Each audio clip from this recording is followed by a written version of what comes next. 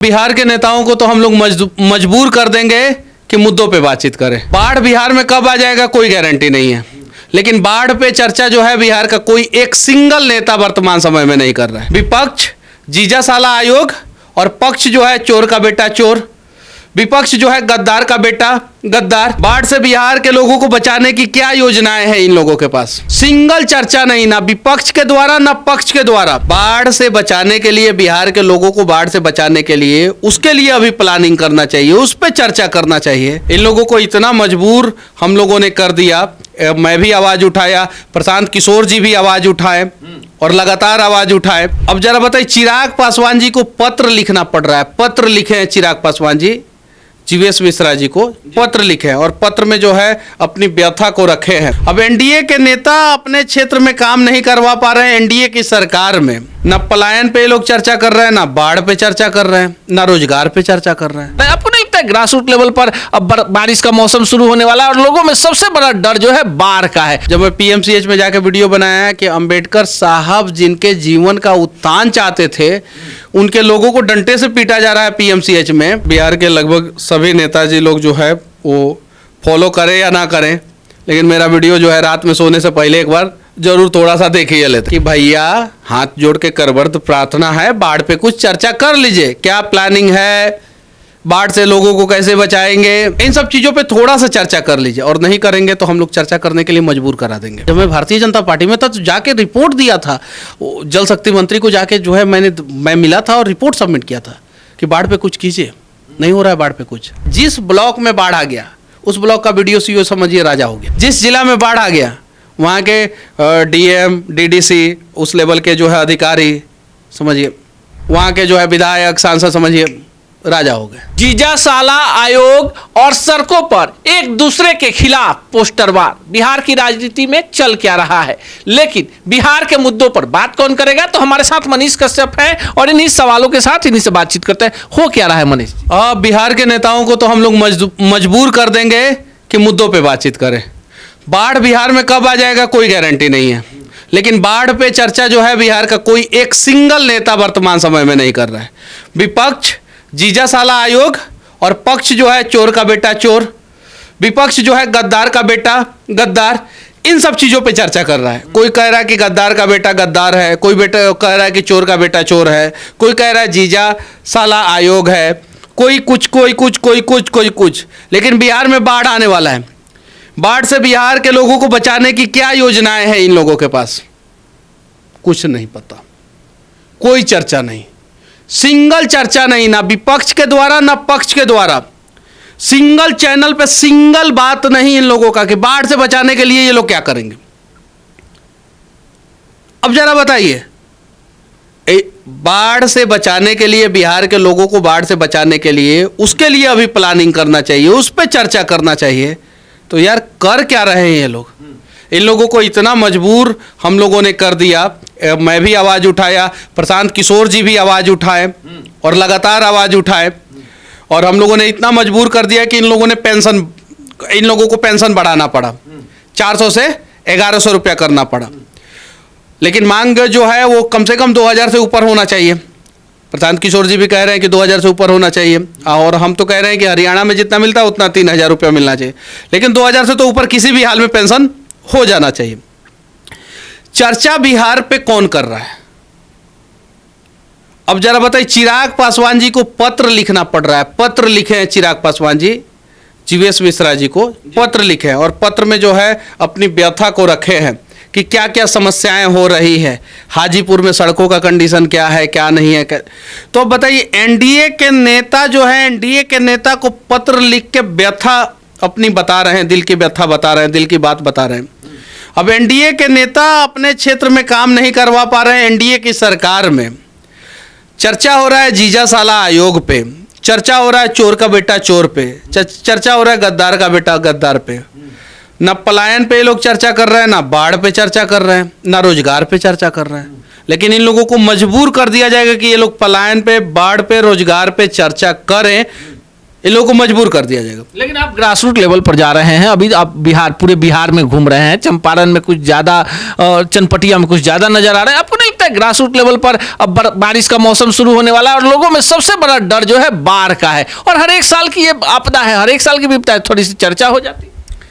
देखिए, मैं पिछले 10 दिनों में जो है 8-9 अलग अलग ज़िला में गया हूँ, जिसमें मुजफ्फरपुर गया हूँ, मोतिहारी गया हूँ, बेतिया गया हूँ, गोपालगंज गया हूँ, सिवान गया हूँ, छपरा गया हूँ, पटना गया हूँ, वैशाली, और हम लोग जो है आरा भी गए थे, बक्सर भी गए थे। तो 10 से ज़्यादा ज़िला हो गया, मतलब उससे ज़्यादा अलग अलग जगहों पे जाते हैं हम लोग। समस्तीपुर भी गए थे। तो अलग अलग जगहों पे जाते हैं, अलग अलग चीज़ समस्याओं को देखते हैं। हाँ, इस बीच में थोड़ा सा चंपारण में ज़्यादा रहा हूँ। तो अभी सबसे बड़ी समस्या है पलायन, करप्शन, और वर्तमान समय को अगर देखते हुए देखा जाए तो बाढ़।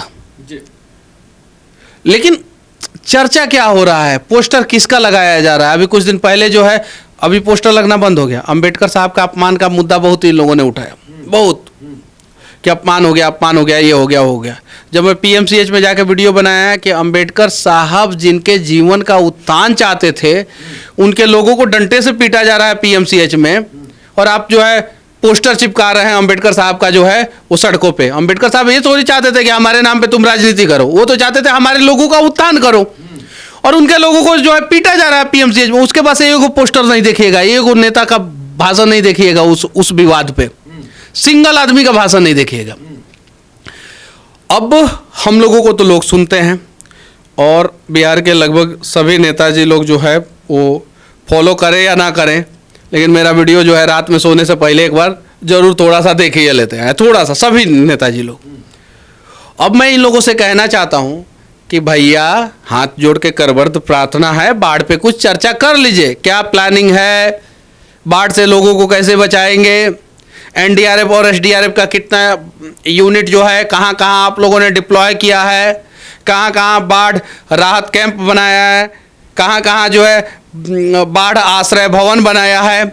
इन सब चीज़ों पे थोड़ा सा चर्चा कर लीजिए, और नहीं करेंगे तो हम लोग चर्चा करने के लिए मजबूर करा देंगे। लेकिन बिहार में देखिए मनीष जी, बाढ़ कोई नई बात नहीं है। बारिश होती है नेपाल में, डूब जाता है बिहार में भी बारिश होती है, खूब बारिश होती है। देखिए, पूरे दुनिया में सबसे ज़्यादा पानी जो है ब्राज़ील के पास है। अब नेता सबको थोड़ी पता है, ये सब डेटा से बात किया जाएगा। ब्राज़ील के पास है सबसे ज़्यादा पानी, उसके बाद से दूसरे नंबर पे जो है नेपाल है। नेपाल, ब्राज़ील एक देश है, नेपाल एक देश है, बिहार एक राज्य है। ब्राज़ील में भी राज्य है, नेपाल में भी शायद से 5 या 6 राज्य है, ठीक है। ब्राज़ील में भी अलग अलग राज्य है। अगर राज्य के हिसाब से देखा जाए, स्टेट नॉट कंट्री, राज्य के हिसाब से देखा जाए तो सबसे ज़्यादा पानी जो है बिहार में है, सबसे ज़्यादा।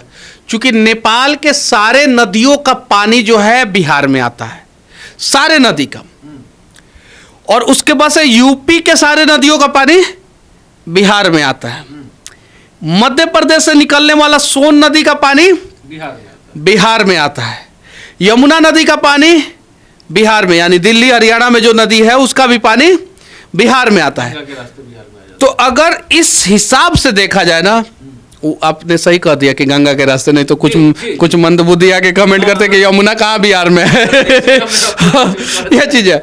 तो अगर स्टेट के हिसाब से देखा जाए तो पूरे दुनिया में सबसे ज़्यादा बिहार राज्य के पास पानी है, और कंट्री के हिसाब से देखा जाए तो ब्राज़ील एक नंबर पे ड्यू टू अमेजोन रिवर, और दूसरे नंबर पे Nepal due to Himalayan area. जब समुद्र से जो है वो हवाएं उठती है और वो वाष्प बनती है, उसके बाद से मानसून आने का बहुत सारा तरीका होता है, उसके बारे में हम ज़्यादा पढ़ाई नहीं किए हैं, लेकिन थोड़ा बहुत जानते हैं। हवाएं उठती है, ऊपर जाती है, वो ठंड होती है, ठंडा होने के बाद जो है वो टकराती है, कहीं से टकराती है तो क्लाउड ब्लास्ट होता है, या तो बादल में टकरा जाए, या बादल कहीं किसी चीज़ में टकरा जाए। तो हिमालय पहाड़ की ऊंचाई जो है 9 किलोमीटर से ज़्यादा है, ऊपर 9000 मीटर के आसपास ऊंचाई है उसका।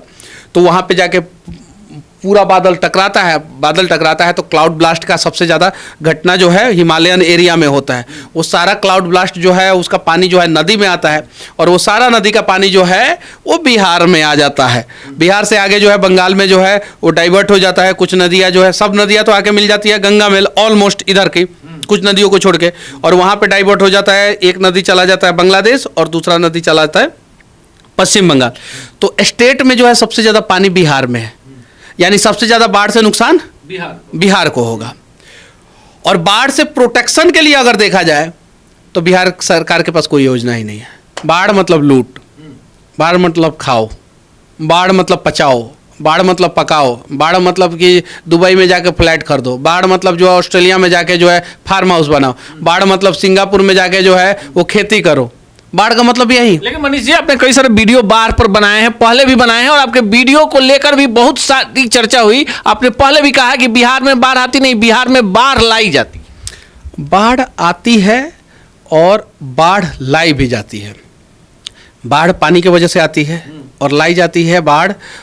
मान लीजिए कि नदी में पानी आया और नदी का लेवल जो है वो थोड़ा सा ही ऊपर हुआ, तब तक बांध जो है तोड़ दिया गया, तो बाढ़ आ गया। और जहाँ पे देखिए 75% वाटर को जो है हम लोग कंट्रोल कर सकते हैं मिनिमम। अगर हम नीदरलैंड की टेक्नोलॉजी जो है वो बेसिन को चौड़ा करना, जो नदी का बेसिन होता है उसको चौड़ा करना, उसको साफ करना, उसको अच्छे ढंग से करना, नदी से नदी को कनेक्ट करना, नीदरलैंड वाली टेक्नोलॉजी अगर हम लोगों ने लगा दिया तो 90% बाढ़ को कंट्रोल कर सकते हैं। 75% जो अर्थव्यवस्था है बिहार का, जो पैसा बाढ़ पे खर्च हो रहा है, उस पैसे से ही हम लोग 75% बाढ़ को कंट्रोल कर सकते हैं, उसी पैसे से, उतना ही पैसे से। लेकिन जो बाढ़ पे जो पैसे खर्च होते हैं, वो चाहे वो गनी बैग, सॉरी वो सैंड बैग जो बालू भर के जो है या मिट्टी भर के जो है जो लगाते हैं बांध पे, या बांध का मरम्मत, ये सारी चीज़ों के लिए जो खर्च करते हैं, अगर 100 करोड़ रुपया का बजट है तो उसमें 90 करोड़ रुपया घोटाला है। 90% घोटाला है बाढ़ में 90%। इसलिए जो है ना ये बाढ़, अब मान लीजिए कि सपोज एक नदी से पानी आया और नदी होते हुए जो है दोनों तरफ जो है रिंग बांध बना दिया गया बढ़िया तरीके से। रिंग बांध के बगल में जो है एक बढ़िया प्रोटेक्शन बांध बना दिया गया कि अगर रिंग बांध टूटा तो ये प्रोटेक्शन वाला जो बांध है जिसमें कवाड़ वाड़ लगा रहता है, ये जो है पानी को रोक लेगा। अगर इस प्रकार से किया जाए तो बाढ़ के लिए एक्स्ट्रा फंड कैसे निकाला जाएगा? इसलिए बहुत सारे अधिकारी, बहुत सारे नेता, जिस ब्लॉक में बाढ़ आ गया उस ब्लॉक का बीडीओ सीओ समझिए राजा हो गया। जिस जिला में बाढ़ आ गया वहाँ के डीएम डीडीसी उस लेवल के जो है अधिकारी समझिए वहाँ के जो है विधायक सांसद समझिए राजा हो गए। आम आदमी बर्बाद होता है। कौन आवाज उठाएगा? बाढ़ पे जितना मैंने रिसर्च किया है उतना शायद इन लोगों के पास नहीं होगा। मैंने तो एक प्रोजेक्ट सबमिट कर दिया था केंद्र सरकार को, जाके दिया था जब मैं भारतीय जनता पार्टी में था, तो जाके रिपोर्ट दिया था जल शक्ति मंत्री को, जाके जो है मैं मिला था और रिपोर्ट सबमिट किया था कि बाढ़ पे कुछ कीजिए। नहीं हो रहा है बाढ़ पे कुछ, ये चीज़ है। हो रहा है ना, जीजा साला आयोग पर चर्चा हो रही है, पोस्टर बार, ये उन पर व्यक्तिगत हमले, वो उन पर व्यक्तिगत हमले, और बिहार की जनता को लग रहा है कि मुद्दे है, लोग समझता है कि मनीष कश्यप ज़्यादा हार्ड बोलता है, लेकिन जो व्यक्तिगत हमले ये लोग नेता लोग आपस में करते हैं ना, शायद हम और आप कभी नहीं कर सकते।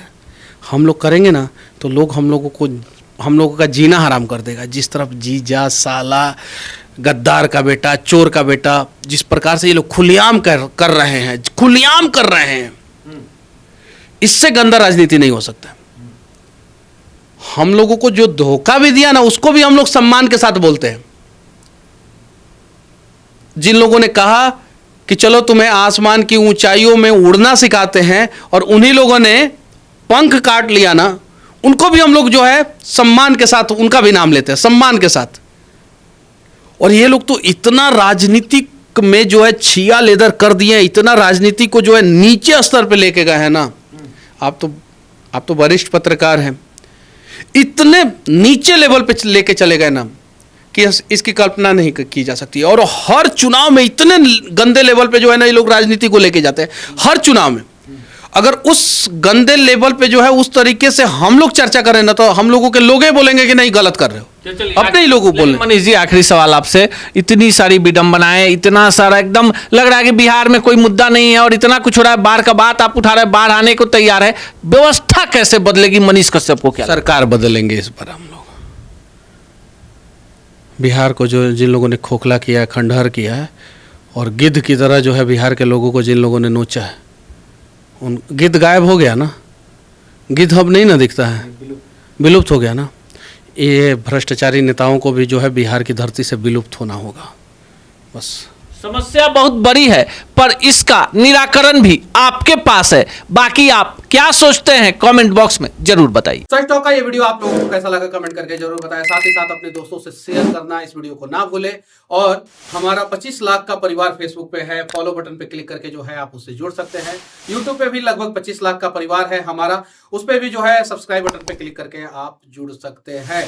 साथ ही साथ इंस्टाग्राम और ट्विटर पे भी जो है आप फॉलो करना ना भूलें, तब जाके जो है आपको वीडियो का नोटिफिकेशन सबसे पहले मिलेगा। जय हिंद।